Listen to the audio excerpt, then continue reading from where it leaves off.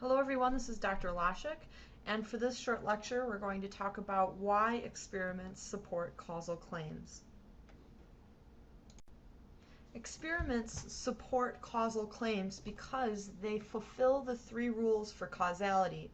And the three rules for causality are things we've gone over several times throughout the semester already.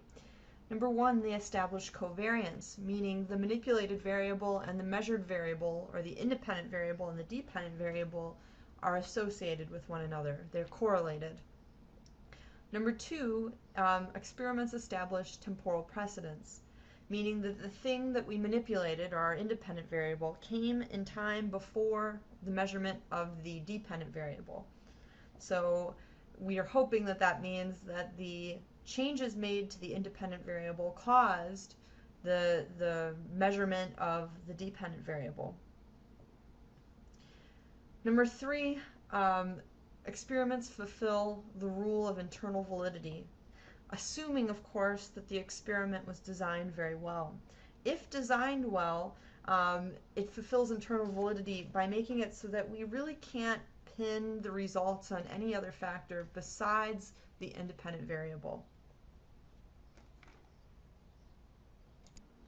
Experiments fulfill the three rules for causality, as we just said in the previous slide, and the remainder of this lecture is going to discuss how that works in more detail.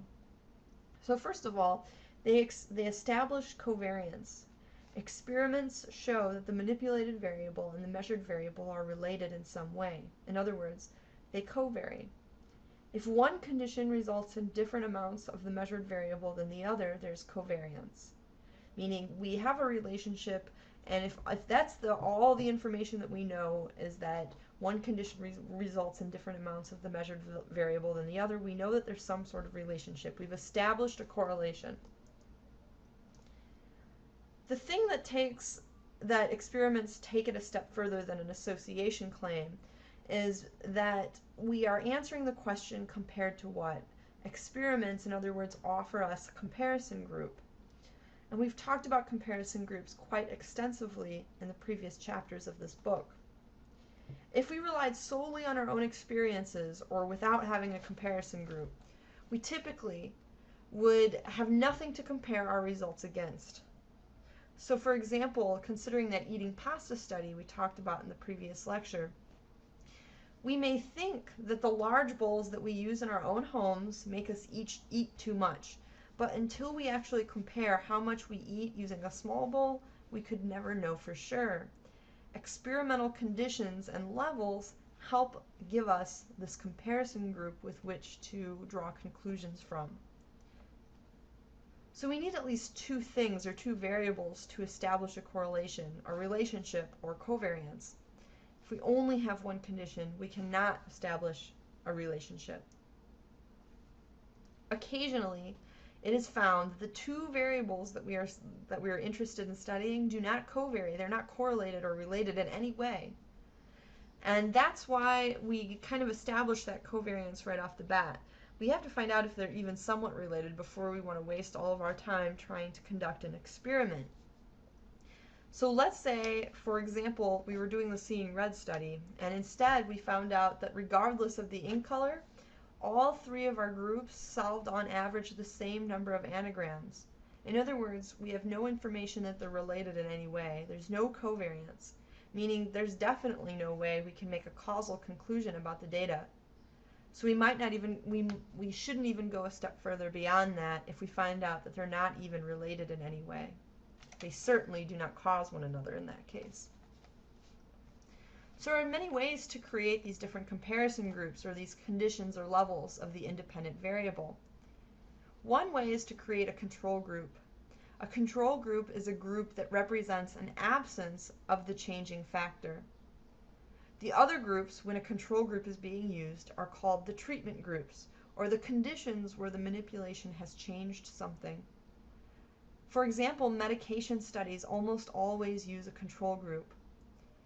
Medication studies use control groups where some people receive a sugar pill or a placebo, which does absolutely nothing. It's an absence of the medication.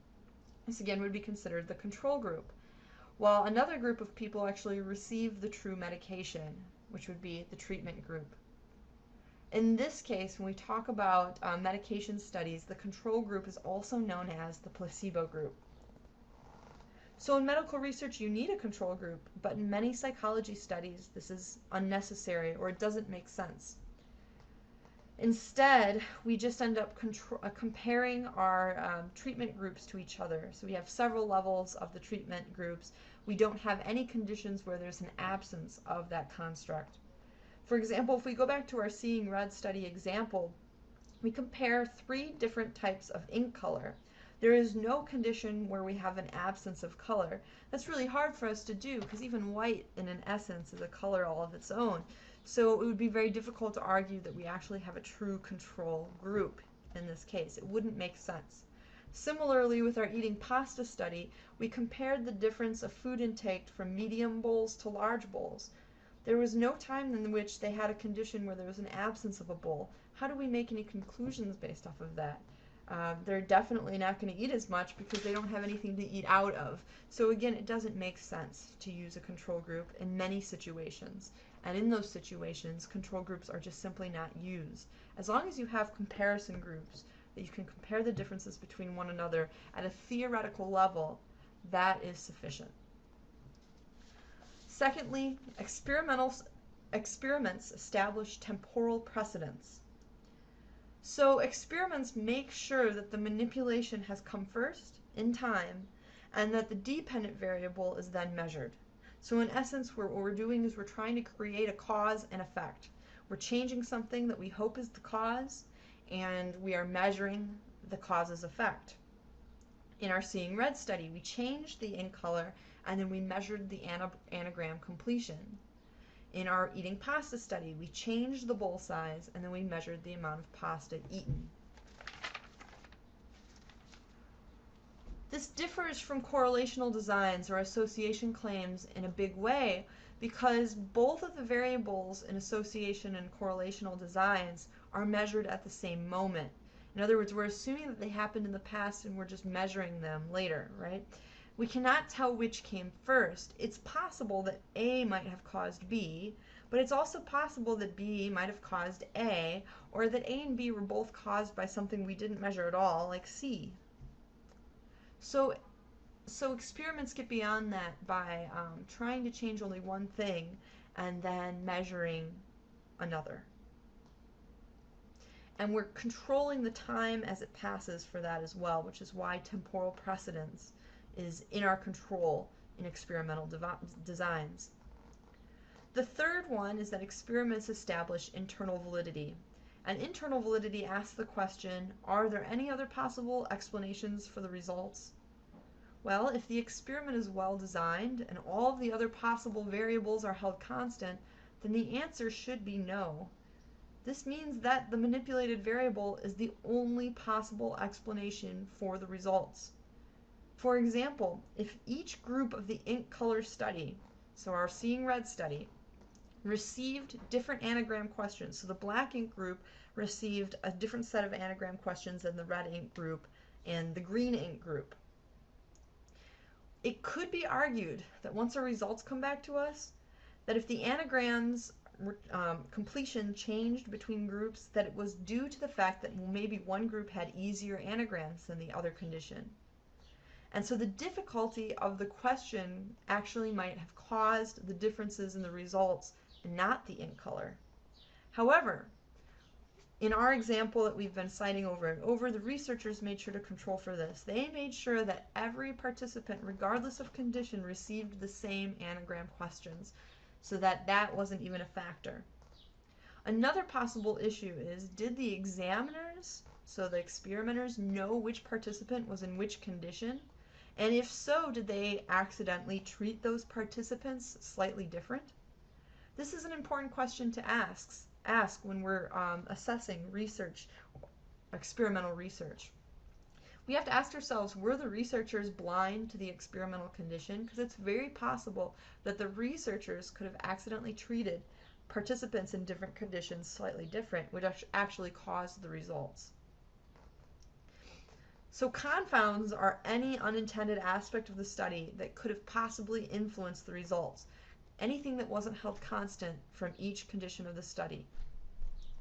For example, in our Seeing Red study, the experimenter reacting differently to participants who received the red ink versus the green ink would be considered a confound. Or the differences in difficulty of the anagram questions between conditions, if those were not held constant, would be considered a confound. And there are two main possible threats to internal validity: design confounds, like the ones we just discussed, and selection effects. And we're going to talk about those in the remaining slides. Let's start with the first threat to internal validity, the main one, design confounds. And this is what we used in our example in the previous slide. It's something that changes with each level of the independent variable that shouldn't have changed. For example, the only thing in the Seeing Red study that should have changed is the ink color between conditions. However, if we also accidentally changed the difficulty of the questions for each group, we cannot tell if it is the ink color or the question difficulty that created the different responses. Similarly, if the researchers treated the red ink group more rudely than the green ink group or the black ink group, we cannot be sure if the researcher's attitude actually caused the results or the ink color caused the results. These are all considered design confounds. There's a problem with the design of the study, and it would result in low internal validity. So design confounds are only a problem if they vary systematically through each level. For instance, in our Seeing Red study, it wouldn't have mattered if the anagrams were more difficult or easier if the type of anagram set varied unsystematically between each condition. So if the red ink group randomly received either a difficult anagram set or an easy anagram set, each participant, and the same with the green ink condition, and the same with the black ink condition, this variation would not cause a design confound because enough people in the red ink condition would have used the hard questions and the easy questions, and enough people in the green ink condition would have used the hard questions and the easy questions, similar to the black condition. It becomes a problem when it is systematic. It's a problem if all of the red ink participants only received the hard question set, and all of the green ink participants only received the easy question set. That's where the design confounds become a problem, because they are systematically different between each condition. Selection effects are the second main threat to internal validity. Selection effects are when there are systematic differences in the types of people in each condition of the experiment. And this can occur if the participants get to choose which condition they want to be in, or it can occur if the researchers are putting certain participants into one group and certain participants into the second group based off of some pre-existing characteristics. For instance, maybe they put all of the men in group A and all of the women in group B, even though gender has nothing to do with the theory of their study. For example, let's say we are doing a study on autism treatments, and we have two conditions to our independent variable. One is the intensive treatment, so we're testing this intensive treatment, and then the second group would be the typical treatment that children with autism receive. So we have the problem where some of the participants just live too far away to receive that intensive treatment we're trying to test. And so we end up having to put all of those commuters in the typical treatment group, and we just don't have a choice.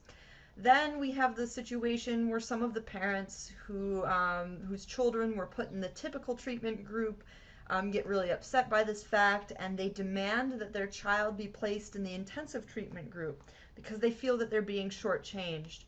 So there's two problems with this example scenario. Number one, there's a self-selected element to this. The participants are self-selecting to be in specific groups. Second, we are placing people in certain groups based off of a characteristic that has nothing to do with the study parameters, their location. So if they live far away, they're automatically placed in the typical treatment group, which is a problem. It's very possible that the people who received the intensive treatment, because they lived in town, were different than those who lived far away. It's also possible that maybe that the parents who protested to have their children in the intensive treatment group are simply just more motivated and involved in their child's treatment options. And that factor, the parental motivation, is what is causing the increasing effects of the intensive treatment, not the intensive treatment itself. And so you can see that there's some major problems with selection effects. And so the main way that we deal with selection effects is through random assignment. Random assignment is randomly assigning participants to be in each of our conditions of the study. For instance, in the Seeing Red study, researchers actually rolled a dice to determine which group the participant would be in. So let's say you had a group of participants who came into the study that day that you were collecting data, and all of them were angry because all of them came on the same route and there happened to have been a traffic jam that day, and so everybody was in a bad mood who showed up for the study. Well, if that day you decided to put everybody who showed up into group A, that would be a problem because there'd be a characteristic that was systematically different from group B and C. So instead, if you roll the dice for every participant that comes in who is angry that day, you are spreading that characteristic that could be a potential confound evenly amongst all of your conditions, because it's very likely that if you roll the dice for each person who's angry that day, a couple will get in group A, a couple will get in group B, and a couple will get in group C, and hopefully it should spread evenly amongst all of your conditions. So you're making something that's a potential confound unsystematic by using random assignment. So random assignment attempts to do this for all potential confounds, even ones that we don't necessarily know are present. Things like education level, mood, personality characteristics. There are a lot of things that we may not account for, but if we use random assignment, we are attempting to spread those potential confounds evenly amongst all of our conditions.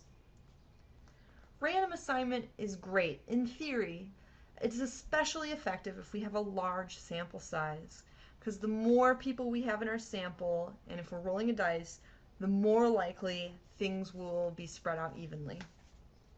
However, if we do have a small sample size, there's too high of a chance that randomly we are not going to spread those confounds evenly out. In other words, they will not be evenly distributed amongst all three of our conditions. For example, let's say we had 30 participants in total in our sample, and we're doing that ink color study, Seeing Red study. So that means we have 3 conditions, meaning 10 participants will be in each of our conditions. We are trying to do random assignment, and it just so happens that 6 of our 30 participants happen to be very good at solving anagrams compared to everyone else. And just by chance, even though we use random assignment techniques and they all roll a dice when they enter the experiment, 5 of those 6 really good solvers, anagram solvers, end up in the red condition completely due to chance. So even with random assignment, we haven't solved the problem. Those smart solvers happen to all appear in our red ink condition, therefore skewing the results at the end of the study. If the red color ink was supposed to make them do more poorly at anagrams, having 6 or 5 of the smartest solvers of the 10 people who need to be in that condition was going to throw off the results to make it appear that red ink has no effect on the anagram solving ability. However, if we had more participants, there's a higher probability that these smart solvers would have been spread evenly amongst all of the groups, or at least their impact on the